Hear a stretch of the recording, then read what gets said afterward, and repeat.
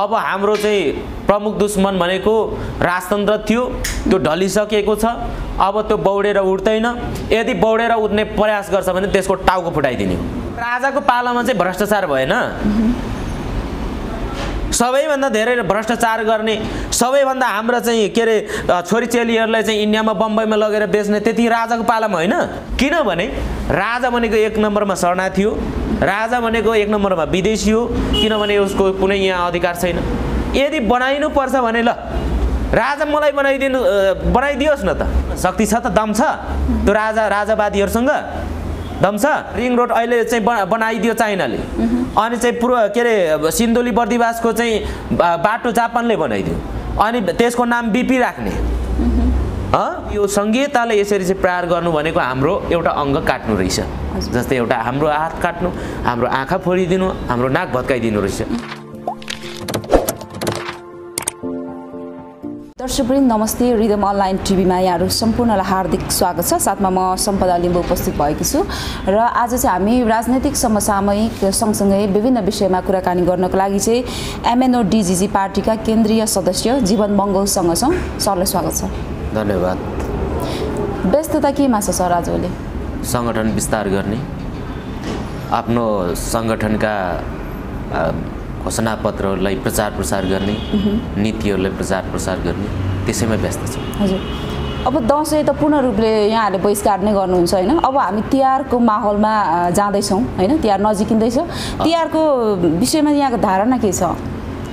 तिहारभन्दा पनि हामीले चाहिँ बलिहाङ पर्व हो भनेर भनेका छौँ। तिहार चाहिँ हामीसँग सम्बन्धित छैन, तर त्योसँग जोडिएर आएकोले गर्दाखेरि यो चाहिँ अब हिन्दूको चाड जस्तो भयो र त्यसमा भएका हामीले चाहिँ लक्ष्मी, सरस्वती, अब यो विभिन्न कुरा चाहिँ गाई पूजा, गोरु पूजा, काग पूजा, कुकुर पूजा जस्ता चाहिँ यो हिन्दू संस्कृतिसँग रिलेटेड हो। त्यसो भएकोले त्यसलाई चाहिँ हामी मान्नु हुँदैन भनेर हाम्रो मूलवासी मङ्गोलहरूलाई हामीले जनजागरण गराएको छौँ। विगत 15-16 वर्ष अगाडिदेखि गोपाल गुरुङकै नेतृत्वमा यो सुरुवात भएको हो र आज त्यसैमा हामी केन्द्रित छौँ र हामीले बलिहाङ पर्व भनेका छौँ। तर बलिहाङ पर्वमा पनि विशेष गरेर हामीले जय मङ्गल अभियान खेलाउँछौँ। जय मङ्गल अभियान खेलाउनुको हाम्रो उद्देश्य भनेको चाहिँ कुनै नासिएका कुनै पनि चाहिँ पातकीहरू, नरपिशाचहरू अनि त्यस्ता खालका त्यो शास्त्रगत उसमा चाहिँ जोडिएर चाहिँ आएका पात्रहरूको चाहिँ गुणगान गाउनु हुँदैन। हाम्रो पुर्खाहरूको गुणगान गाउनुपर्छ भनेर रामप्रसाद राई रिदामा, राम बिहाङ, अनि चाहिँ लखन थापा मगर होइन, श्रीपति गुरुङ, सुखदेव गुरुङ जस्ताहरूको चाहिँ उहाँहरूको सन्देशलाई हामी त्यो एउटा बाँड्छौँ। त्यो नितान्त किन जनजागरणको लागि हो। हामीले चाहिँ त्यसलाई उत्सव मनाउनेको रूपमा भन्दा पनि जनजागरणको रूपमा त्यो कार्यको थालनी 15-20 वर्ष अगाडिदेखि सुरुवात भएको छ। त्यसैमा हामी अहिले पनि त्यसैको गृहकारी भइरहेछ।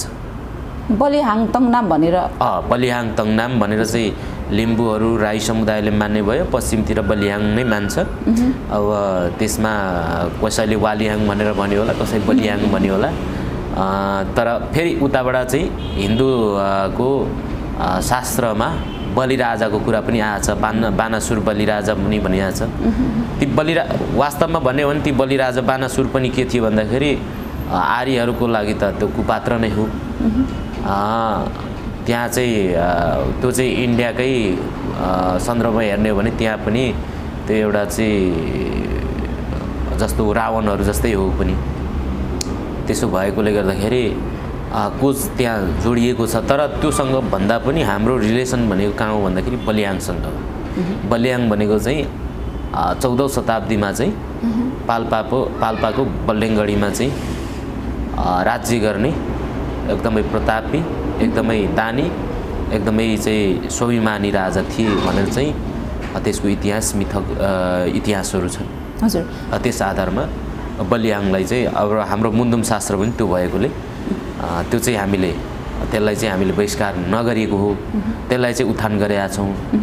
अब यता तिहार अथवा त्यौहार भन्ने चाहिँ दीपावली भन्ने चाहिँ यो हिन्दू शास्त्रमा आधारित छ। फेरि त्यो कुरा चाहिँ हामी मान्दैनौँ। तर यो बलि राजा र बलिहाङ भन्ने त्यो त नाम त मिल्यो होइन मिल्न चाहिँ मिल्यो नि त नाम चाहिँ होइन नाम त मिल्न सक्छ नि होइन जीवन मङ्गोलको पनि त नाम मिल्न सक्छ नि हजुर त्यो नाम मिल्नु संयोग मात्र हो होइन इतिहास मिल्दैन भन्ने त्यो इतिहास मिल्दैन किनभने बलिहाङले शासन गरेका थिए होइन बलिहाङले चाहिँ बल्लिङगढीमा शासन गरेका थिए अब त्यो उताको हामीलाई मिथोलोजी थाहा भएन त्यो त उताको भनेको एउटा मिथकको आधारमा भयो भने हामीसँग त्यसको ऐतिहासिक पुरातात्विक आधारमा हामीले दाबी गर्न सक्ने के अरे त्यसको बलियो प्रमाण छ किनभने बल्लिङगढीमा चाहिँ आफै राजा थिए बलिहाङ राजा अहिले चाहिँ पाल्पाको चाहिँ दोभानदेखि लिएर चाहिँ बुटल हुँदै बग्ने नदी भनेको बलिहाङ नदी हो तर अहिले हाललाई हिन्दूकरण गरेर त्यसलाई चाहिँ तिनाउ नदी बनाए होइन त्यसो भएकोले त्यसको प्राचीनतम बिन्दु खोज्ने हो भने बलिहाङकै राजाकै आसपास र बलिहाङको राज्यसँग सम्बन्धित त्यो नदी पनि थियो त्यसो भएकोले बलिहाङ राजा कुनै मिथक होइन 2224 राज्य हुँदाखेरि त्यो राज्य थियो र जुन अहिले देउसी भैले भन्ने छ देउसी भैलेमा लारिङ्गे भनेर चाहिँ लिम्बू समुदायले भन्दो रहेछ होइन त्यसको मुन्दुमी त्यसको अध्ययनहरू हेर्दाखेरि त्यसको समाजशास्त्रीय हिसाबले खोज गर्दाखेरि त्यो देखिँदो रहेछ अब राईहरूले पनि आफ्नै तरिकाले मगरहरूले चाहिँ फाइलो भनेर चाहिँ गर्दो रहेछ पहिला प्राचीनतम देउसिरे र भैलो भन्ने भैलुराम भन्ने चाहिँ अब यो देउसिरे भनेको देउता र राक्षस बीचको एउटा देवासुर सङ्ग्रामको कथा त्यहाँ जोडेर ल्यायो अब भैलीराम भनेको पनि फेरि रामसँग सम्बन्धित जोडेर आयो यी भनेको चाहिँ के हो त भनेदेखि मिथोलोजीमा आधारित मात्र हो त्यसलाई मिक्सिङ गरेको त्यसलाई चाहिँ सांस्कृतिक अतिक्रमण भन्छ नि त्यो अतिक्रमण गरिएको मात्र हो त्यसो भएकोले बलिहाङ भनेको विशुद्ध नेपालका मूलवासी मङ्गोलहरूको पुर्खा नै हो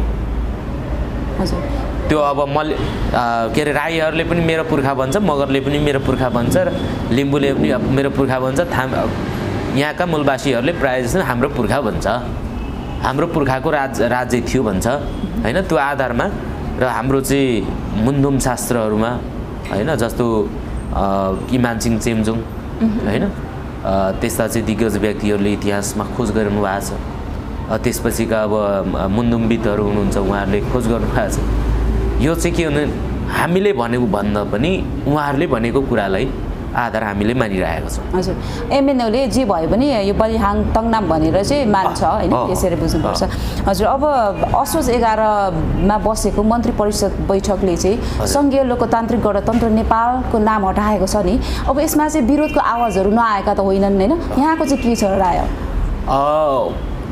वास्तवमा भन्ने हो भने यो नेपाल पृथ्वीनारायण शाहको यो के अरे ले चाहिँ अर्जियाको मुलुक भनेर चाहिँ भनिएको छ वास्तवमा यो चाहिँ हाम्रा पुर्खाहरूले होइन सुम्निमा पारुहाङको पालादेखि बुद्धको पालादेखि अनि एलम्बरको पालादेखि चाहिँ यो अर्जिएको मुलुक हो त्यसो भएकोले यिनीहरूले आफ्नो मन परितन्त्र गरिरहेको छन् सङ्घीय लोकतान्त्रिक गणतन्त्र यिनीहरूले किन विरोध गर्छ भन्दाखेरि लोकतन्त्र भन्नु नै के रहेछ त भन्दाखेरि सबैले आफ्नो अधिकार आफ्नो आवाज उठान गर्न पाउने रहेछ सबै जाग्ने रहेछ त्यहाँ चाहिँ सबैले चाहिँ आफ्नो मनमा लागेको कुरा भन्दो रहेछ तर एकतन्त्रीय शासन व्यवस्थामा राजशाही शासन व्यवस्थामा होइन पञ्चायती व्यवस्थामा चाहिँ के थियो भन्दाखेरि कसैले नि बोल्ने अधिकार थिएन आफ्नो अधिकार आवाज उठान गर्ने मान्छेहरू चाहिँ अराष्ट्रिय तत्त्व भनेर घोषणा गरिन्थे ती मान्छेहरूलाई गोली पनि ठोकिन्थे ती मान्छेहरूलाई चाहिँ जेलमा पनि कोचिन्थ्यो र उनीहरूको जिन्दगी बर्बाद पारिन्थ्यो तर लोकतन्त्र भनेको चाहिँ आफ्नो मूलभूत मानव अधिकार आफ्नो नैसर्गिक अधिकार आफ्नो चाहिँ हिन्डुल गर्ने स्वतन्त्रता बोल्ने स्वतन्त्रता प्रेस स्वतन्त्रतादेखि लिएर विविध कुरा चाहिँ सबैले चाहिँ एउटा जनताद्वारा जनताको लागि जनताले शासन गर्ने व्यवस्था भनेको चाहिँ लोकतन्त्र रहेछ र हामीले के भन्दै आएका थियौँ भने विगतमा गोपाल गुरुङको पालादेखि लोकतन्त्र हाम्रो प्राण हो त्यो प्राणमा चाहिँ उनीहरूले के गर्दैछन् त भन्दाखेरि छुरी धस्ने काम गरिरहेको छन् हैन अर्को कुरा संघीयताको सवाल आयो संघीय राज्य 2224 राज्य हुँदाखेरि नै संघीय राज्य थिए ती राज्यहरूलाई चाहिँ अपहरण गरेर पृथ्वीनारायण शाहले एकीकरणको नामकरण गरे एकीकरण भनिदिए त्यो एकीकरणलाई चाहिँ एकीकरण गरिसकेपछि असली हिन्दुस्तान भनेको यही हो भनेर सङ्घीय राज्यलाई चाहिँ केन्द्रीकृत शासन प्रणाली बनाइदिने र यहाँका तपाईँ हाम्रो हात खुट्टालाई चाहिँ जसरी हामी हात खुट्टा बिना चाहिँ के हुन्छ लङ्गडो हुन्छौँ त्यसरी नै लङ्गडो बनाइदिएको रहेछ। यो कुरा हामीले विगतमा नबुझेको अवस्था थियो, तर हामीले जब एमएनओले यो कुराहरू आवाज उठाएपछि हामीले बुझ्यौँ कि यो सङ्घीयता भनेको त हाम्रो अङ्ग रहेछ। किन भन्दाखेरि सङ्घीय शासन व्यवस्था आयो भने, सङ्घीय शासन असली सङ्घीय शासन व्यवस्था भयो भने उसको पहिचान हुने भयो, उसको चाहिँ अधिकार हुने भयो। त्यति मात्र होइन, ऊ चाहिँ आत्मनिर्णयको अधिकार होइन, आफै निर्णय गर्न सक्ने, उसको प्रदेशमा आफूले निर्णय गर्न सक्ने र उसले चाहिँ आफ्नो अधिकार त्यहाँ चाहिँ बसोबास गर्ने समुदायको अधिकारलाई चाहिँ के अरे न्यायोचित तरिकाले चाहिँ त्यसले लागू गर्ने भएको लेख्दाखेरि सङ्घीयता त अपरिहार्य रहेछ। तर अहिलेको सङ्घीयता कस्तो बनाइदियो भन्दाखेरि सङ्घीय शासन हो, के अरे चाहिँ प्रदेशहरू पनि विभाजन गर्यो, तर यो प्रदेशको काम के भयो भन्दाखेरि सम्पूर्ण अधिकार केन्द्रले राखिरहेको छ, व्यवहारमा लागू भएन, उसले कुनै अधिकार दिएको छैन, अधिकारविहीन बनाएर राखेको छ। त्यसो भएकोले अहिले उनीहरूले व्यवहार पनि त्यही गरेका छ, कागजी रूपमा पनि त्यही गर्दैछन्। त्यसो भएकोले अब यो सङ्घीयताले यसरी चाहिँ प्रहार गर्नु भनेको हाम्रो एउटा अङ्ग काट्नु रहेछ। जस्तै एउटा हाम्रो हात काट्नु, हाम्रो आँखा फोडिदिनु, हाम्रो नाक भत्काइदिनु रहेछ। अब अर्को चाहिँ धर्मनिरपेक्ष कुरा आयो। धर्मनिरपेक्ष भनिसकेपछि सबै धर्म समान हुन्, सबै धर्मले बराबरी अधिकार पाउनुपर्छ। त्यो राज्यको चाहिँ आफ्नो धर्म हुँदैन, बनाइनु हुँदैन, एउटालाई पक्षपोषण गर्नु हुँदैन भन्ने मान्यता धर्मनिरपेक्ष हो।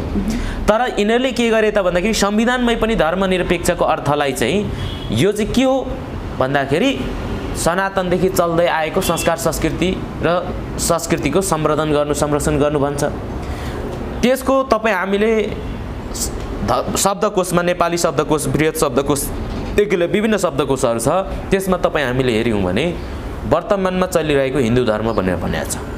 भनेपछि अन्तरिम संविधान भन्दा पनि घातक संविधान त यो संविधान बनाइदिएछ र त्यो धर्मनिरपेक्षलाई त्यसरी किन गर्यो त भन्दाखेरि त्यो पनि तपाईँ हामीमाथि प्रहार रहेछ। कस्तो प्रहार भन्दाखेरि तपाईँ सबै धर्मले सम्मान पाउनुपर्छ भन्ने एउटा त्यो चाहिँ उनीहरूले बन्देज गरिदिएको छ। र धर्म परिवर्तन गर्यो भने नि कानुनी प्रक्रियाहरू छन् त्यहाँ होइन, र कसैले पनि धर्म परिवर्तन गर्न नपाउने व्यवस्था छ।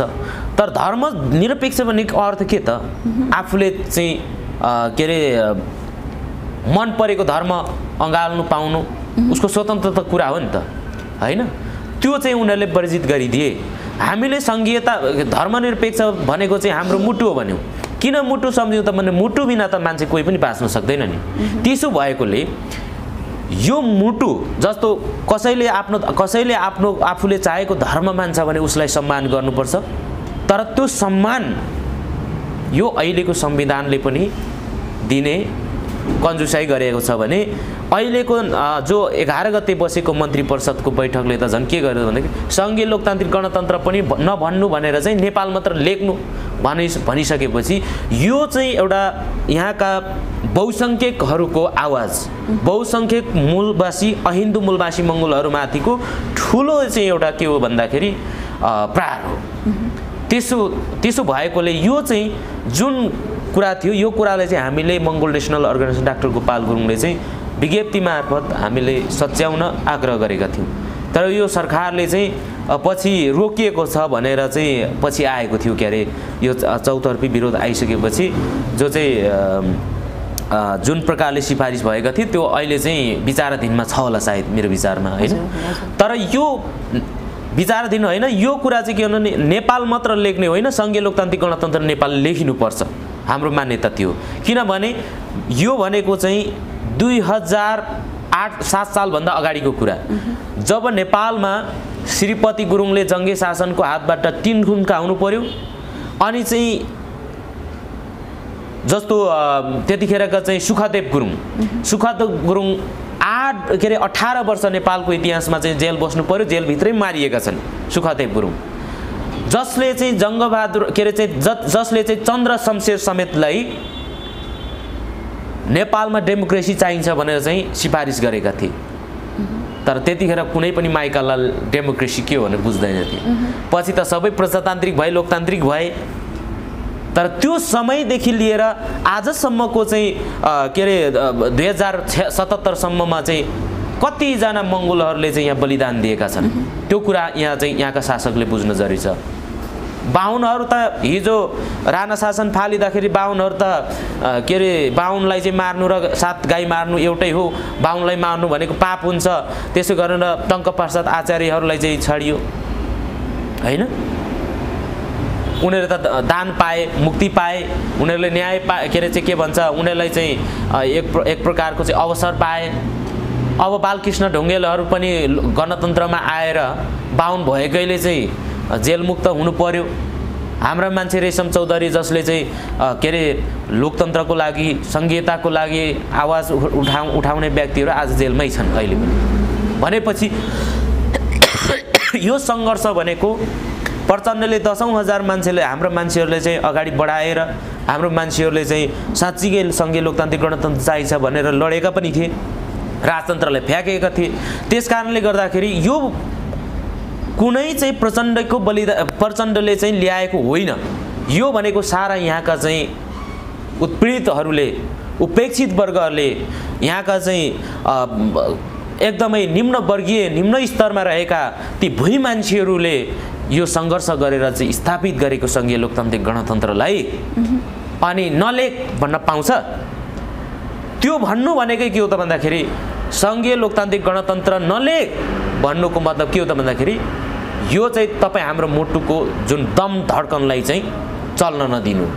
त्यसो भएकोले सङ्घीय लोकतान्त्रिक गणतन्त्र लेखिनुपर्छ, त्यो अन्यथा ठिक हुँदैन। हजुर, अब जसरी हैन सङ्घीय लोकतान्त्रिक गणतन्त्र नेपालको नामै हटाइसके पछाडि, नेपाल मात्र लेख्नु भनिसके पछाडि यहाँले भनेको जस्तै हैन विभिन्न आन्दोलनहरू, सङ्घर्षहरू, 10 वर्ष जनयुद्ध पछाडि नै यो सङ्घीय स्थापना भयो हैन। अब यो ठ्याक्कै यो समयमा यसरी नाम पनि हटाइनु र अब राजावादीहरू पनि अहिले सक्रिय रूपले उठिरहेको छ। यो हिसाबले चाहिँ कतिपयले यो पनि आशंका गरेका छन् कि अब पुनः फेरि पनि राजतन्त्र चाहिँ यहाँनिर स्थापित हुँदैछ भन्ने खालको। यसमा तपाईँ के छ राय?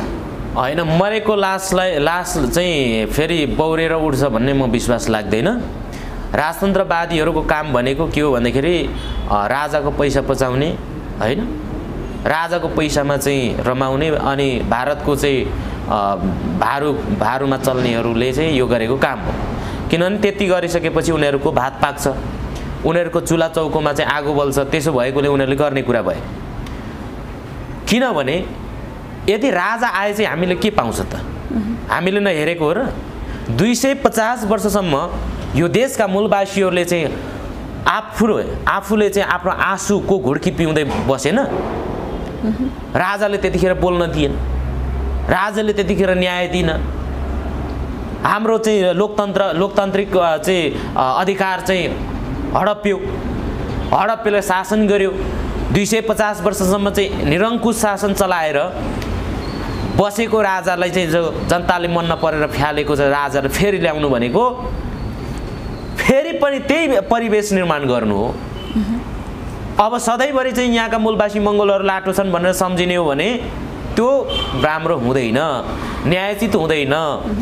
त्यति मात्र होइन, यो मूलवासी मङ्गोलहरूले चाहिँ जुन अहिले अभियान चलाइरहेको छ त्यो अभियान भनेको निरङ्कुशता विरुद्ध, अधिनायक शासन विरुद्ध। आज त्यही केपीले चलाएको शासन पनि हामीलाई मन परेको छैन भनेपछि राजा आउनु हाम्रो लागि त राजा त कुनै अर्थै छैन। किनभने राजा भनेको 1 नम्बरमा शरणार्थी हो, राजा भनेको 1 नम्बरमा विदेशी हो, किनभने उसको कुनै यहाँ अधिकार छैन। यदि बनाइनु पर्छ भने ल राजा मलाई बनाइदियोस् न त, मै बन्नुपर्छ भन्ने पनि छैन। म एउटा राईको छोरो भएकोले म राजा बन्नु पाउनुपर्छ भन्ने म सवाल राख्दाखेरि मलाई बनाओस् न त, अथवा यहाँका नेपालका मूलवासीहरूले बनाओस् न। शक्ति छ त, दम छ त्यो राजावादीहरूसँग? दम छैन।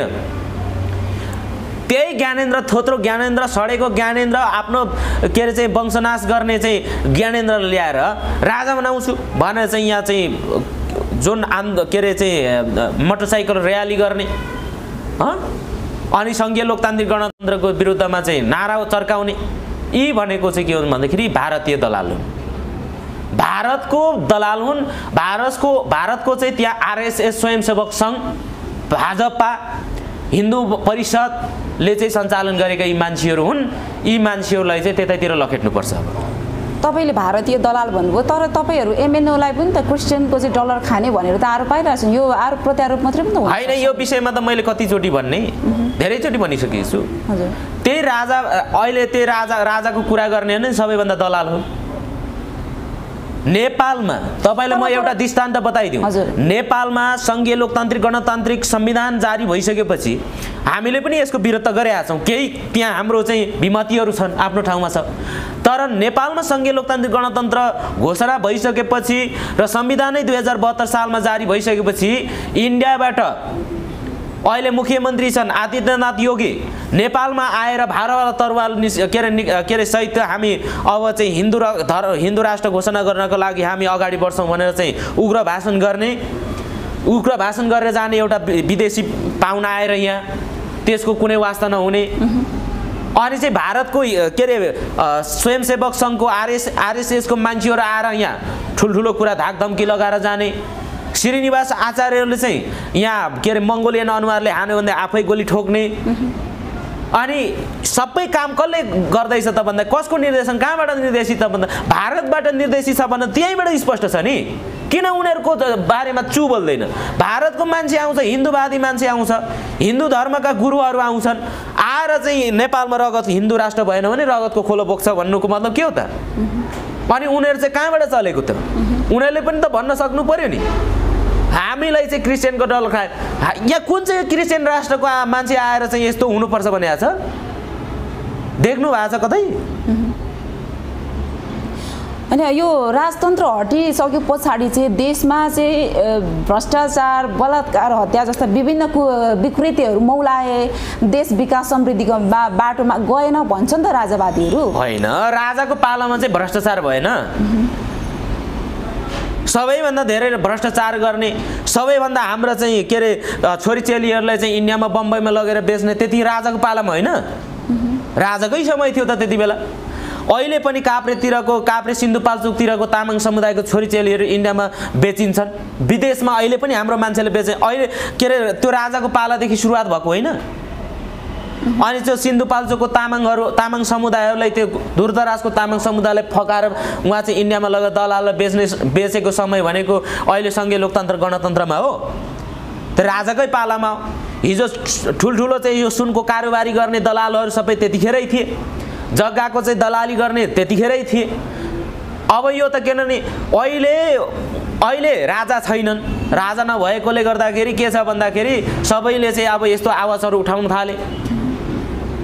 त्यो राजालाई चाहिँ सञ्चालन गर्ने बाहुन थियो, अहिले त्यो बाहुन आफै चाहिँ शासन सत्तामा बसेर चलाइरहेछ। यिनीहरू बसेर कहिले राजाको पालो कहिले बाहुनको पालो गरेर चाहिँ सधैँभरि हामीलाई दोहन गर्ने हो। अब बन्द गर्नुपर्छ। अब मूलवासीलाई सत्ता हस्तान्तरण गर्नुपर्छ, मूलवासीहरूले देश चलाउँछ, त्यसपछि मात्र यो सम्भव हुन्छ। किनभने यो देशमा बाहुनले कहिले पनि देश बनाउँदैन। यो राजाले त बनाएन नै, राणाहरूले पनि बनाएन, पञ्चायत लागू गरेर महेन्द्रले पनि केही पनि गरेन। गरेको त के हो र? ऊ विदेशीलाई चाहिँ भिख माग्दै अब महेन्द्र राजमार्ग कसले बनाइदियो? त्यही महेन्द्रको नाम लिएको छ नि। महेन्द्र पूर्वपछि महेन्द्र राजमार्ग भनेको चाहिँ रसिया, ब्रिटेन, इन्डियाले बनाइदियो। अनि ठुलो कुरा गरेर हुन्छ? रिङ रोड अहिले चाहिँ बनाइदियो चाइनाले। अनि चाहिँ के अरे सिन्धुली बर्दिवासको चाहिँ बाटो जापानले बनाइदियो। अनि त्यसको नाम बिपी राख्ने। अनि चाहिँ के अरे यहाँ कैयौँ मार्गहरू छन्, मदन बनरी राजमार्ग गरे। अनि उनीहरूको मात्र हालिमुहाली चल्ने। अनि गरेको त राजाहरूकै सबै शालिगहरूले भरिएको छ, राजाहरूकै गुणगान भइरहेको छ अहिले पनि। भनेपछि खोइ त जनताको विकास चाहिँ, खोइ त यहाँका उत्पीडितहरूको चाहिँ आवाज चाहिँ, खोइ त उत्पीडितहरूले उठाएका कुरा चाहिँ संविधानमा लिपिबद्ध भएको।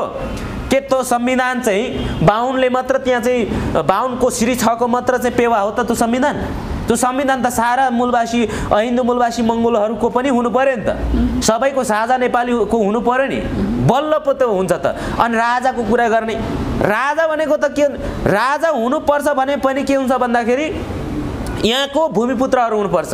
जसरी हिजो यलम्बर थिए, हो त्यसरी हुनुपर्छ। तर यो विदेशीलाई माया हुँदैन, किनभने यिनीहरू भनेको त बाहिरबाट आएका हुन् शाहवंशीहरू, किनभने यिनीहरूको इतिहास पनि त्यही हो। आज तपाईँले हेर्नु हो भने शाहवंशीहरूको अत्याचार र अत्याधिक अत्याचारको कारणले गर्दाखेरि यो आज ज्ञानेन्द्र शाह पछिको जो पारस शाहको स्थिति हेर्ने हो भने तपाईँ हामीले देखिसक्यौँ होइन। मान्छेले अत्याचार गरेर नासिन्छ, राणाहरूको पनि आज नामो निशानै हराइसक्यो। त्यसो भएकोले यो अत्याचारी शासन आत्तै शासन हो। त्यो शासन त हिजै 10,000 20,000ले बलिदान दिइसकेका छन्। अझै कतिले चाहिँ जेलको चिसो भुइँमा चाहिँ जीवन बिताइराख्नु परेको छ भने यो राज संस्था कुनै काम छैन। यो चाहिँ मरेको लास हो। मरेको लास बौरिन्छ भन्ने हामीलाई विश्वास लाग्दैन। र यो 2-4 केही दलालहरू छन्, त्यो दलालहरूको कुरा के हो भने सबै बार्गेनिङ हो, योभन्दा अरू केही होइन। तर राजावादीहरूको अहिले चाहिँ जुन एउटा कार्यक्रमको माहौलहरू हेर्ने हो भने होइन, जनमानस हेर्ने हो भने विभिन्न कार्यक्रमहरू गरिरहेको देखिन्छ, एकदमै सक्रिय देखिन्छ। र उहाँले भनेअनुसार चाहिँ राजतन्त्र चाहिँ 100% नै फर्किन्छ भन्छ नि त। उनीहरू ढुक्कका साथ एकदमै आत्मविश्वासका साथ यो कुरा भनिरहेछन् त।